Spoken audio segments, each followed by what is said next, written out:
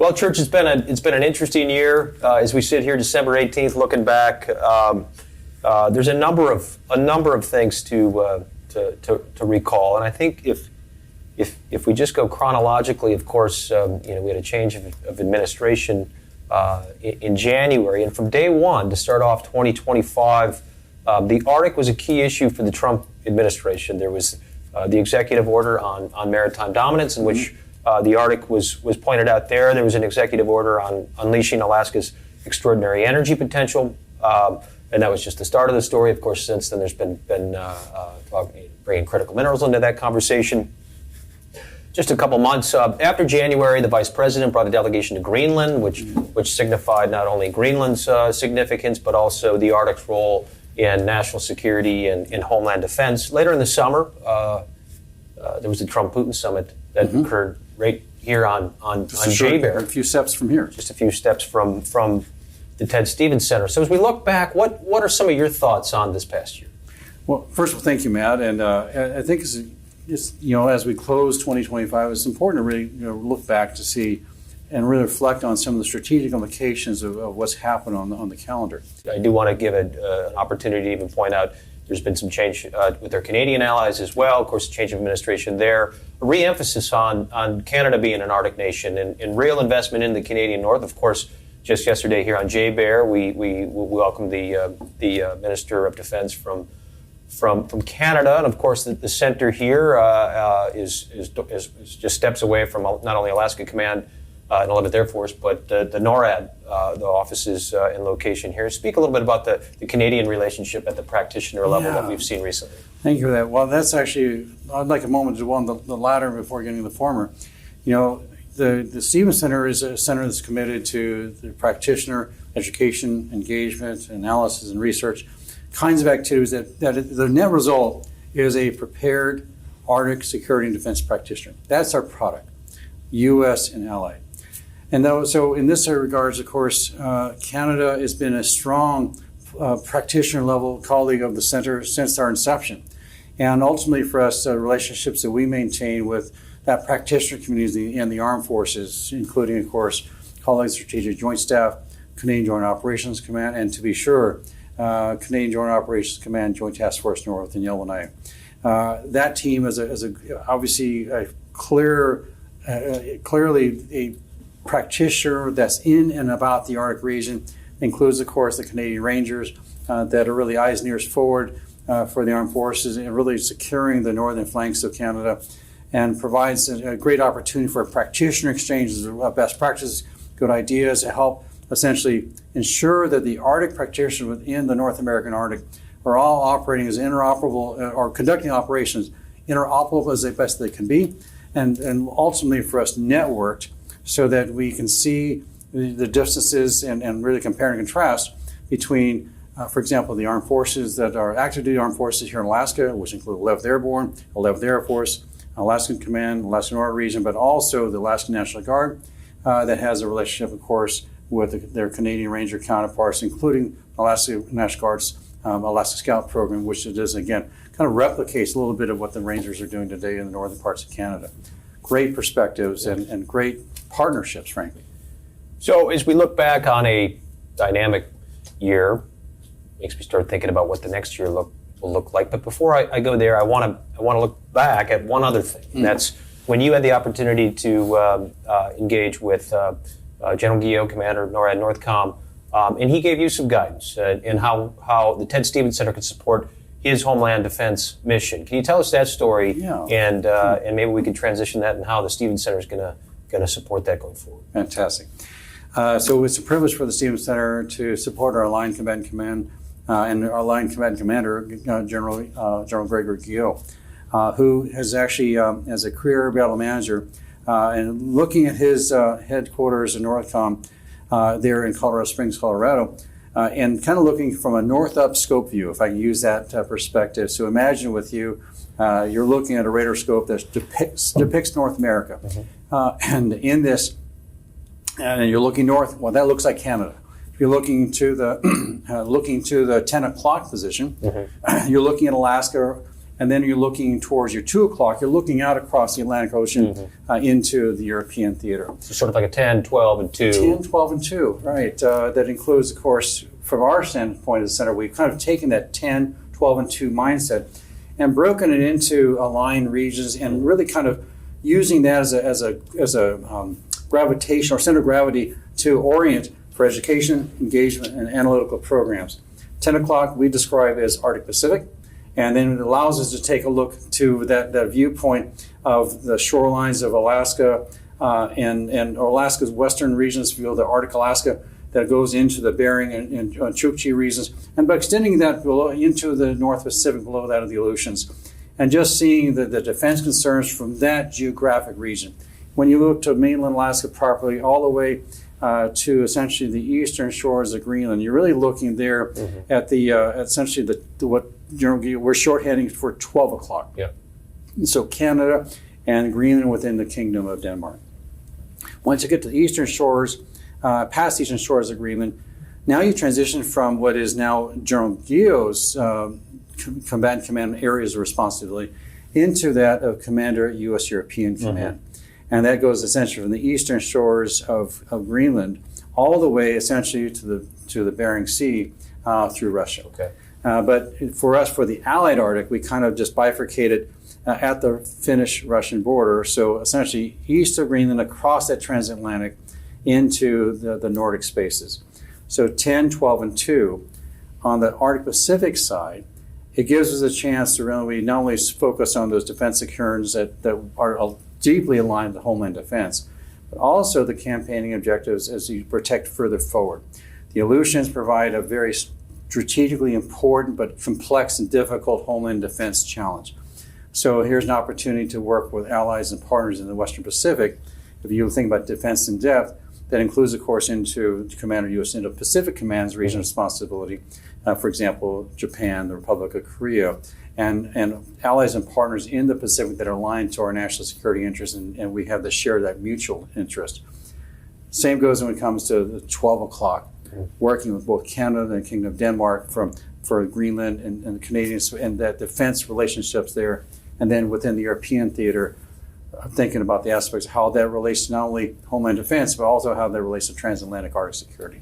So yeah, fantastic. So if I'm understanding this right, General Gio is commander of U.S. NORAD Northcom, says Church, as director of the Ted Stevens Center, I need you to help me defend my 10, 12, and 2 o'clock approaches, can I use that word, to the homeland. I need you to help me provide education, research, and engagement programs that support the defense of the homeland from those particular approaches, the 10 if it's o'clock, the 12 and the 2. And from those vantages, as you outlined, if you look at the 10, you have Northcom meeting Indo-PACOM, and then all the allies and partners that exist within that region, right? Which of course could bring in Japan and Korea and some other Indo-Pacific nations. And then to the north, as you outlined, and mostly a Northcom AOR, but of course highlights the relationship with the Canadians and the Kingdom of Denmark vis-a-vis Greenland, and then to the east. Then of course this is where we see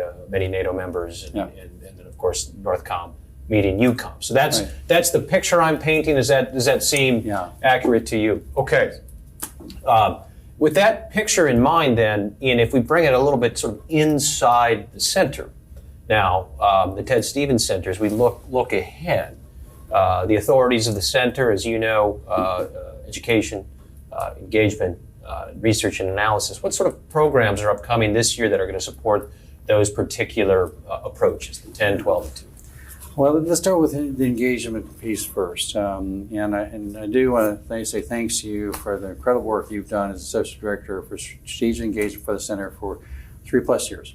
You've done a magnificent job in this regards, Matt, in helping organize these important exchange dialogues with our allies and partners that include, of course, the Allied Arctic, but also includes allies in the European theater, into, of course, North America with our Canadian allies dearly, and also into the Arctic Pacific, where we've been able to make inroads in helping understand that Arctic, essentially mutual security interests with, for example, Japan, Korea, and even such unique instruments as the Quad, which is a dialogue that's happening between the United States, Japan, India, and Australia. So when I look at these regional security dialogues, it was part of an overall biennial program plan for us that we provide, as all region centers do. We do 2 years of planning, execute 1 year at a time, but each year we add another 2 years. So you're always having a defense in depth on planning and programming for each of the regional centers. So for us, we're looking at essentially a series of regional security dialogues that ultimately will help buttress a flagship event that we host in the fall. So Arctic Pacific Security Dialogue, which is really focusing on that 10 o'clock. Yep. That essentially the North American Arctic Security Dialogue, which we've done several iterations of. And the shorthand for that is On the Road from Nuke to Nome. We've done workshop in Nuke, we've done a workshop in Iqaluit. We are looking forward to hosting the next workshop here in Alaska. We may cycle back next year to Canada, but essentially somewhere along that road from Nuke to Nome. Covering the 12. Covering the 12 o'clock. Then we have a new workshop approach that we're using with essentially working with the security-minded folks within the Ministry of Foreign Affairs in the Icelandic government. A transatlantic Arctic security dialogue that's focused there on Iceland's unique geographic spot and geographic perspective there in the mid-Atlantic at the doorstep of the Arctic in that mid-Atlantic. And then lastly, something we've done with the Marshall Center really now since 2021 is the High North Security Dialogue, historically done in person in Garmisch-Partenkirchen in Germany with the George C. Marshall Center. This year conducted virtually. And this next year we're discussing with our colleagues here how we should proceed and what locations should we proceed with would be most relevant based on the current programmatic and fiscal environment and also that of our allies in the European theater. So again, RSDs, Regional Security Dialogues, that hits that 10, 12, I'm going to say 1 and 2, if you will, but really defense in depth. Following all of that, we're looking to host the Anchorage Security and Defense Dialogue, a flagship event we host at the Hotel Captain Cook, and that's where we're really bringing about 350 to 400 folks together that really spans that 10, 12, and 2, but also bringing a greater defense of our colleagues from in the Pacific, and involved, of course, not only the Stevens Center, but the Marshall Center European Theater, the Inouye Center in Hawaii, potentially also the Perry Center in Fort McNair in Washington, D.C. But all of this together is supposed to really hit that engagement line of effort that supports General Guillot's campaigning for this theater. In addition to that, of course, is the education. And the education program was what we started with this at the Stevens Center, and each regional center has really cut their teeth on their educational programs. For us, we were born during COVID, and in this, we were able to focus on using and leveraging Zoom in a virtual environment. We use Zoom events, and we broadcast our educational programs here from the studio. And we tie in there with the School of Arctic Security Studies, our resident faculty, plus an array of adjuncts that are accredited to the center and that partner with us in delivery of an incredible array of virtual programs, which includes the Arctic Regional Security Orientation course, Arctic Multi-Domain Legal course, Arctic Contested Logistics course, Arctic Operational Risk course, Understanding the Arctic Operational Environment course, and NATO in the North. Those are programs of record right now. We'll be adding to it, and these are all synchronous. We've already added to it this year asynchronous courses such as Arctic Military History course, as well as Arctic Fundamentals course. So a lot of education offers. And again, those are all principally done in person and virtually, but we have the ability to do essentially mobile education team to meet essentially the senior level leader concerns, again, at geographic places that matter to them. And the lastly, on demand, by request, or tailor-made, or adapted to the needs of the customer. And we're doing, for example, a tailor-made one for the 2-star level at combatant commands that plan for that into the February timeframe as example. Tailored, mobile, shortened to really meet their demanding schedules. And have you seen just curious, since the center's inception, about 4 years ago now, I guess? Yeah, we're 4.5 years in. We opened the program talking about some of the geopolitical events that have transpired over the last 4 years. Has there been a uptick in demand signal for 2-star level and up to get smart on the Arctic? True, to be sure. And rightly so, because a lot of flag and general officers who serve in the U.S. Armed Forces, as well as those of our allies, cycle through. Yeah. And we don't have the luxury as America to really to create specifically geographically focused general officers, especially in the Arctic region. It doesn't have that sort of signature and demand. So for us, we do educate a new crew of folks who are serving in these new, as they transition, and help them to get on speed quickly, and also always serve as a resource for them. In the same context as not only the education engagement, but also the research side. We have a number of research tasks that are really aligned to those that are operational, focused on risk. Those things are focused on defense concerns, but also including, of course, and those are driven by the combatant command and ultimately also from our colleagues at the Office of Secretary of War and the Pentagon. But we have a unique opportunity also through the International Cooperative Engagement Program Polar Research, a 25-year memorandum of understanding between Finland, Sweden, Norway, Denmark, Canada, United States, and New Zealand, principally focused in the Arctic region and principally focused on the security and defense concerns and shortfalls in science and technology. So in this, we support, and I have the privilege of serving as U.S. principal to this, under situational awareness, communications, position navigation, timing, and similar sort of situational awareness, mission needs. So we can leverage this multinational lateral effort that principally is allies within NATO, principally, to help get after the shortfalls and gaps and bring solutions together. And ultimately for us as a center, we always strive through living 4 key terms: innovation, experimentation, to deliver networks and solutions. And if it fits one of those categories, hopefully all 4, then victory is achieved. So a full slate of programming headed into 2026, to say the least. Maybe taking a step outside the center a little bit then, in looking ahead and in combining your position here as the director, but also the years of experience you've had in uniform, and of course working Arctic affairs. What catches your attention going into the next year, and maybe to calibrate the question a little bit? Some of the initiatives that come to my mind are, of course, the Golden Dome initiative, in enhancing the homeland defense architecture, not only in Alaska, but of course across Canada and in other locations. So the Golden Dome initiative comes to mind. The recapitalization, or the emphasis on icebreakers and the icebreaking fleet.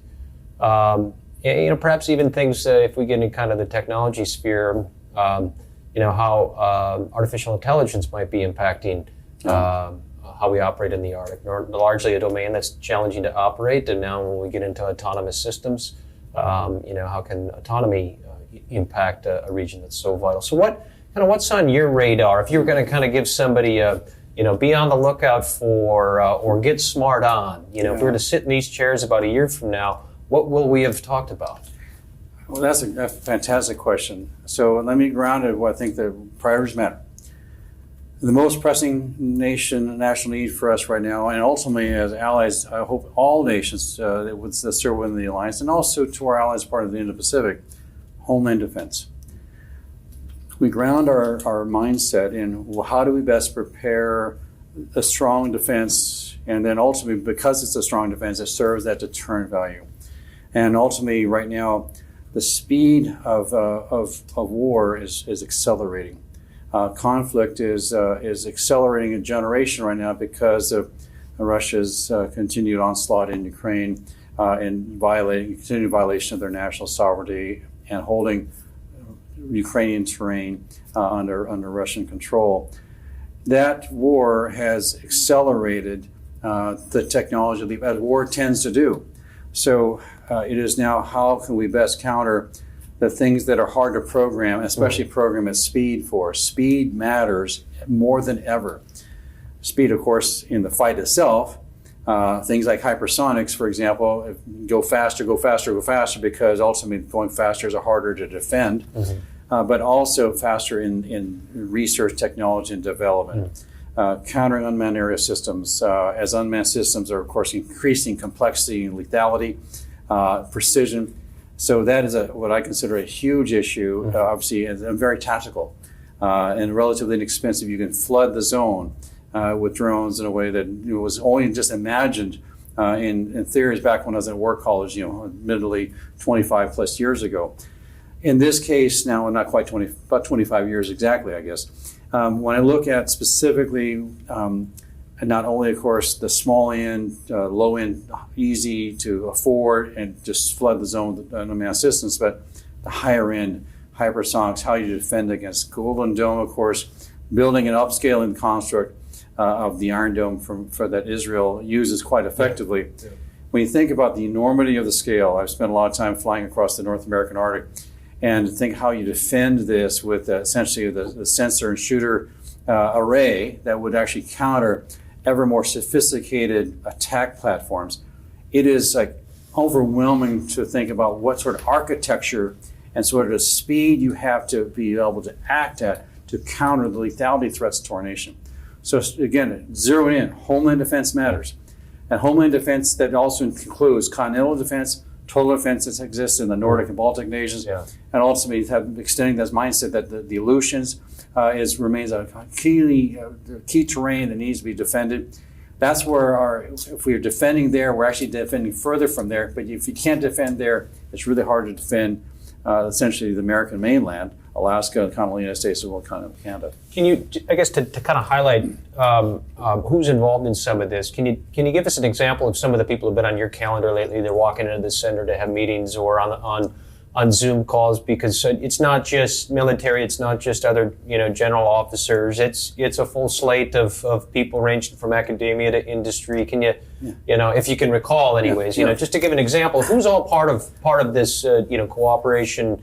Security cooperation effort in order to support homeland defense initiatives? Well, so that's first of all, it's a very complicated question, and certainly I have to go back to my it's been a complicated, busy year, but I think it's important that we're to me in the simplest terms, as opposed to calling individual names out. I would offer this that perhaps the better way to look at it is that the different communities are concerned about it, and so for us, this is where we're trying to establish partnerships to help essentially the greater we. So we're now working ever more closely with the Geophysical Institute, University of Alaska Fairbanks, as they are working essentially university-affiliated research center under the auspices of NORAD and Northcom. Right. But also working, of course, with the national labs, the Armed Forces Research Labs, Air Force Research Lab, Navy Research Lab, Office of Naval Resources. They're trying to work across their respective communities. And then industry, of course, matters, as they offer solutions, listening and learn for what industry is thinking about this, but ultimately trying to find a way to, and just as people ask questions, well, here's perhaps how you should maybe approach it. So providing, advice that hopefully is helpful, because I think all of us who serve in government would like to help point people towards, hey, this is more relevant, you focus here as opposed to here. Mm-hmm. So from my vantage point, these are early days that the President of the United States has spent a lot of time and effort framing the argument. He's really provided, I think, a very unique defense challenge for industry to tackle. I think the Department of War now has really leaned in and trying to solicit inputs from across industry. There's a streamlining on this going on in the Pentagon, but strategically, perhaps more so than in a generation, you're seeing a desire from the military leadership of our nation, the defense military leadership of our nation, trying to find ways to speed up the ideas and solutions. And we can't take a bureaucratic approach. It's kind of the mindset that we hear from DC, and I think they're exactly right. Mm-hmm. If we take a bureaucratic approach, well, I'm going to say that the adversaries will beat us, and they will hold our national interests at risk. And so for me, we do need to look specifically at how we move faster, reduce the bureaucratic hurdles without subjecting them to bureaucratic chaos. So process has to matter. And in this, but partnership is perhaps more important than ever, because solutions are not going to be embedded in any one place. It's going to be really conversing, bringing all the solutions together, conversing the enterprise, but really coalescing around ideas that stick. Hence, people from applied physics labs, say John Hopkins coming through the door, and you mentioned the Geophysical Institute from the University of Alaska Fairbanks, you mentioned national labs, even the federally funded research development centers. On top of course, our partners and allies coming through the door to talk about how we're going to work these things together. Of course, the services, on and on we go. And there's a huge array of, I mean, literally, think about our colleagues at FFRD, the Federal Funded Research Development Center, like MITRE. Fantastic, do incredible work. Again, I worry that I'm going to leave someone off because there's such there's an array of patriots that are trying and putting their best energies towards it. I believe that the solutions are found by taking a rising tide floats all votes mindset as opposed to zero sum. In this, we can find something we can find common interest to work together. Church, it's been an interesting year. It's been a dynamic year. Certainly, the year ahead is postured to be the same. Before we part ways and wish each other a happy holidays, any final thoughts from your seat there? Well, first of all, thank you. I'd like to take a moment to reflect on two things. Number one, it's a privilege for the Stevens Center to be a part of the Department of War and our ability to help support U.S. and allied defense and really defense of the Arctic flanks of our nation and ultimately of the alliance that we're a part of. But it is, I believe General Guillot was actually brilliant with making the idea simplified by the defense equation for us is 10, 12, and 2, and I add 1 into that. 10, 12, 1, and 2 allows us to actually take a region-by-region perspective, looking at the strengths and areas for improvement. We need to set conditions in order to help ensure that our adversaries today is not the day to mess with the United States of America or the North Atlantic Treaty Organization or with any of our allies which we hold a bilateral security relationship. Today is not that day, and by the way, tomorrow's not either.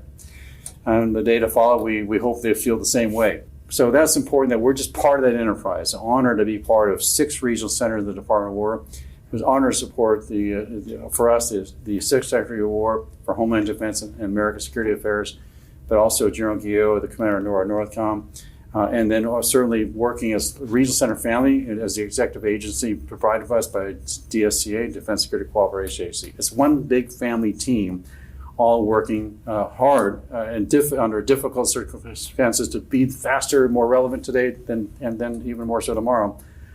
That all matters. It is a family business.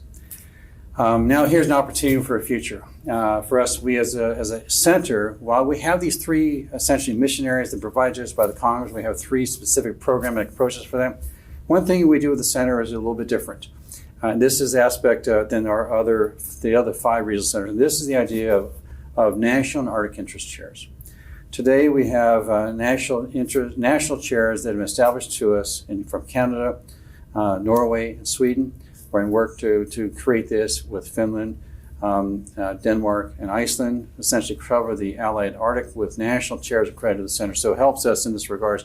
One more line of collaboration that works with our senior defensive that we work with to include, of course, our reach out to the senior defense officials and the U.S. embassies across those nations, the Associated Office of Defense Cooperation, and ultimately in partnership with both NORAD and U.S. NORTHCOM and U.S. European Command. Those chairs, of course, nationally are also complemented by Arctic interest chairs, where we have Arctic interest chairs that involve NOAA, National Oceanic and Atmospheric Administration. We have a chair established to us on Arctic economic and energy. We're establishing a chair on Arctic science and research. Another chair being focused on Arctic infrastructure and research or analysis, and then a number of other chairs, essentially about 11 in total on the interest side of the equation. But it's my privilege, as we kind of transition this current chapter of tenured service together to the next, to say thank you, Matt, for your service here as the Associate Director for Strategic Engagement. You just were installed a few days ago as the Director of the Defense Innovation Unit Upper Midwest at St. Paul, Minnesota, part of the Defense Innovation Unit Enterprise. And for us, we now have the privilege to establish you as our newest Arctic Interest Chair, essentially under that DIU, Defense Innovation Unit. So you can help us work as part of the family of bringing industry and ever closer collaboration with government on this security and defense equation. And so with this, Matt, we of course offer our thanks for your willingness to serve in the chair capacity.